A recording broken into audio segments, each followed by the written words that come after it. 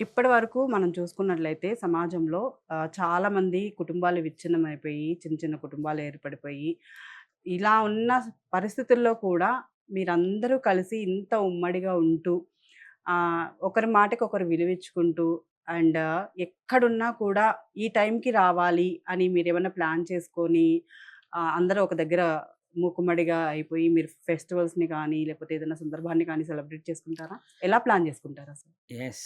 ఏంటంటే, ఇవాళ ప్రపంచం అంతా గూడా మైక్రో లెవెల్‌కెళ్ళిపోయిన తర్వాత ఉమ్మడి కుటుంబ వ్యవస్థ పోయింది. చిన్న చిన్న కుటుంబాలు. కానీ దాంట్లో చాలా ఇబ్బందులు వాళ్ళకి అర్థం కావడం లేదు. ఒక కుటుంబం ఇద్దరు భార్యాభర్త, ఇద్దరు పిల్లలుంటే, ఇద్దరు ఉద్యోగాలకెళ్తే పిల్లలు చూసుకోవడం వేరు.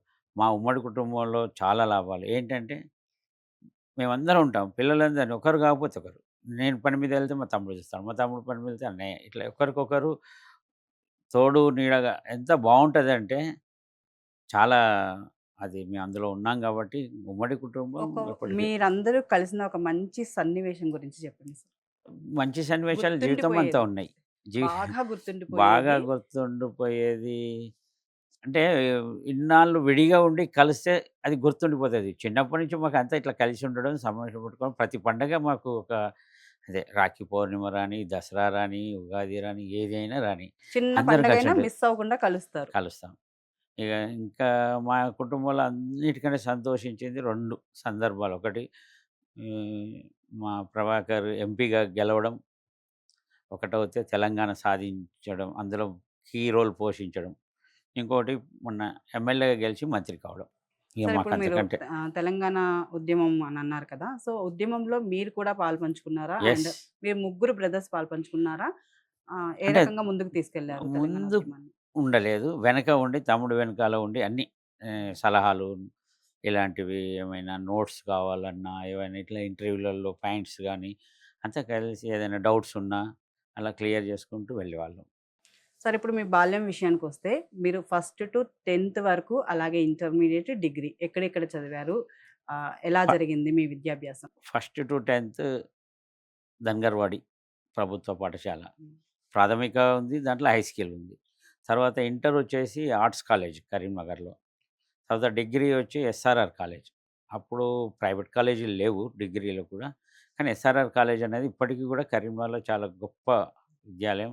పివి నరసింహారావు, విశ్వనాథ సత్యనారాయణ ప్రిన్సిపాల్‌గా ఉన్నాడు. అక్కడ చాలామంది చదువుకున్నారు. అది చాలా గొప్ప కళాశాల. తర్వాత లా వచ్చేసి కాకతీయ యూనివర్సిటీలో చేశాను. మీరన్నారు ఇందాక మా అమ్మగారు చదువుకోలేదు, మా నాన్నగారు చదువుకోలేదు. అలాగే మేము గవర్నమెంట్ స్కూల్స్‌కెళ్ళాము అని చెప్పేసి. ఏ రోజైనా గూడా తోటి విద్యార్థులు ఎవరైనా ప్రైవేట్ స్కూల్స్‌కి వెళ్తుంటే, టౌన్‌లో ఉండి చదువుకుంటుంటే, మేము ఈ స్కూల్‌కెళ్ళము అని పేచీ పెట్టిన సందర్భం ఏమన్నా ఉందా? అస్సలు లేదు. అస్సలు లేదు. ఎందుకంటే అమ్మా, నాన్న వ్యవసాయం పనుల మీద వెళ్తే వాళ్ళకు తోడు నీడగా మా చెల్లెళ్ళు, మేము అంతా ఏమైనా ఇంట్లో పనులు చూసుకోవడం కానీ, వాళ్ళొచ్చేసరికి వ్యవసాయ క్షేత్రం అంటే మాకు ఓన్ వ్యవసాయం. మాకు అగ్రికల్చర్ భూములున్నాయి. వాళ్ళన్నీ చేసుకొని వచ్చేసరికి మేము ఇంట్లో పనులన్నీ కూడా మేమందరం కలిసి ఉమ్మడిగా చేసుకునేవాళ్ళం. ఎప్పుడు కూడా అయ్యో! అందులో చదువుకోలేదు, అవి లేవు. అన్నీ గూడా మా ఇంట్లో అప్పుడు నేను 10థ్ వరకు కరెంట్ లేదు మా ఇంట్లో. దీపం వెలుతురులోనే చదువుకున్నాం. అన్నయ్య ఇంటర్, నేను 10థ్, చెల్లెలు సెవెంత్. ఇక మిగతా ఇద్దరు చిన్న. ఎప్పుడు కూడా ఆ ఆలోచన రాలేదు. ఏం తింటున్నాము లేదు, ఏది లేదు. అది అక్కడికి మా ఇంట్లో మా ఉన్న ఏరియాలో first current, first radio, first TV, first bike, ఫస్ట్‌గా మా నాన్న ఫస్ట్ ఫోను. ఉన్న ఏరియాలో అన్నీ ఫస్ట్ మాకు. మా నాన్న ఏది కూడా మమ్మల్ని ఎప్పుడూ మామూలుగా చూడలేదు.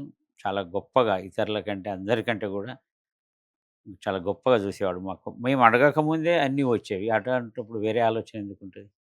సో, మీరు స్కూల్స్‌లో గానీ, కాలేజెస్‌లో గానీ, మీకు బాగా గుర్తుండిపోయే సన్నివేశం అంటే ఒక ఆహ్, ఇందాక అడిగాను కదా! చిలిపి పనులేదన్నా చేసి, లేకపోతే మాస్టర్స్‌తో భయభక్తులతో ఉండేవాళ్ళా? లేకపోతే క్లోజ్‌గా ఉండేవాళ్ళా? ఇలా ఏదన్నా మీరు చేసిన ఒక చిలిపి పని గురించి చెప్పండి. ఎస్ఆర్ఆర్ కాలేజీలో డిగ్రీ చేస్తున్నప్పుడు నైట్ కాలేజీ. నైట్ కాలేజీలో ఉన్నప్పుడు అప్పుడు ఇంటర్నల్స్ ఎగ్జామ్స్ అక్కడ మాకు బంకట్లాల్ అని ప్రిన్సిపాల్ ఉండేవాడు.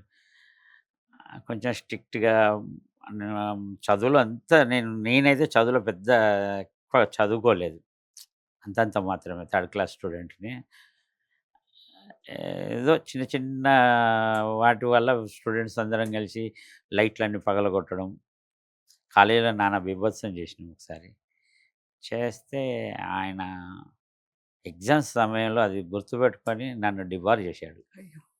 1 ఇయర్, 2 ఇయర్స్ డిబార్ చేస్తే నాకున్న నాలెడ్జ్ తోటి తర్వాత ఇమ్మీడియేట్‌గా మళ్ళీ డే కాలేజ్‌లో జాయిన్ అయిపోయాను.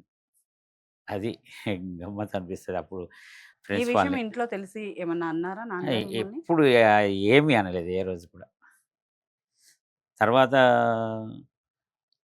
ఇంటర్ కంటే ముందు హోటల్ పెట్టాం మేము. హోటల్ రవిచంద్ర అని. అప్పుడు ఇంటర్ చదువుతూనే హోటల్ నడుపుతూ చాలామంది స్నేహం పెరిగింది. హోటల్ అన్నప్పుడు ఏమవుతుంది అక్కడ ఊరు బయట హోటలు. కరీంనగర్ టౌన్‌కి ఔట్‌స్కట్స్ మంకమ్మ తోట అంటే. అందరితో పరిచయాలు విస్తృతంగా ఏర్పడ్డాయి. ఆ సమయంలోనే నేను ఇంటర్‌లోనే స్టూడెంట్ రాజకీయాల్లోకొచ్చాను. సెవెంత్‌లో కల్చరల్ సెక్రటరీ పోటీ చేశాను. ఇంటర్‌లో joint secretary, cultural secretary, SRR college డిగ్రీలో జాయింట్ సెక్రటరీ, ప్రెసిడెంట్ కూడా పోటీ చేశాను. అంటే బీజం వేసుకుంటూ వచ్చాను. నేనేమి గెలవలేదు గానీ, అవన్నీ పోటీ చేసుకుంటూ వచ్చాను. ఇప్పుడు మటుకు వాటన్నిటికి దూరంగా ఉన్నాను. సార్ ఇప్పుడు రాజకీయంగా కానీ, పొలిటికల్ బ్యాక్‌గ్రౌండ్ కదా సార్. ఇంతకుముందు ఎప్పుడు అమ్మగారు, నాన్నగారు ఈ పొలిటికల్‌లో లేరు. అండ్ అలాగే మీ పొలిటికల్ ఫ్యామిలీ నుంచి కూడా రాలేదు. ఆ!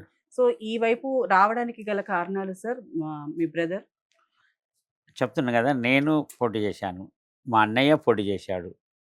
అంతటా ఈవెన్ ఇక్కడ ఓయూలో లా కాలేజీలో ఉన్నప్పుడు గూడా రకరకాల పోస్టులలో మేము అన్నయ్య ఎన్ఎస్‌యూలో జాయిన్ అయ్యాడు. నేను కార్పొరేటర్ కౌన్సిలర్‌గా గూడా పోటీ చేశాను.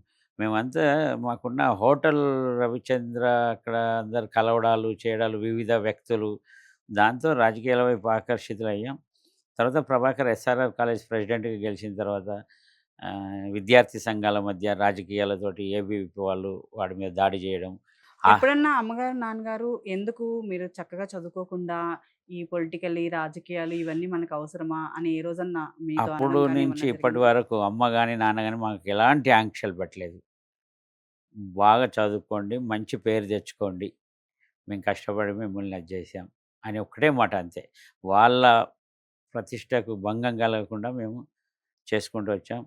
అలా అప్పుడు రాజకీయాల్లోకి ప్రభాకర్ ఎస్ఆర్ఆర్ కాలేజ్ ప్రెసిడెంట్ తర్వాత చొక్కారావు దగ్గర శిష్యరికం అంటే ఎన్ఐసీయూలోకి జాయిన్ అయ్యి షొష్ చొక్కారావు చాలా రాజకీయ విలువలున్న నేత. మా కుటుంబం అంతా ఆయనని బాగా ఆరాధించేవాళ్ళం. ఆయన వెంట నడిచి ఇవాళ ఈ స్థాయికి చేరుకున్నాడు. ఎందుకంటే గురువు బావుంటే అన్నీ మనం విజయాలు సాధిస్తాం. ప్రభాకర్‌కు వేరే వ్యాపారాలు గానీ, వేరే ఎలాంటి లేదు.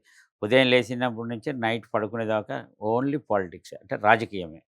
ప్రజలు, కార్యక్రమాలు ఇవే తప్ప ఇంకొకటి ఏది లేదు. వాడికి అది రాదు కూడా.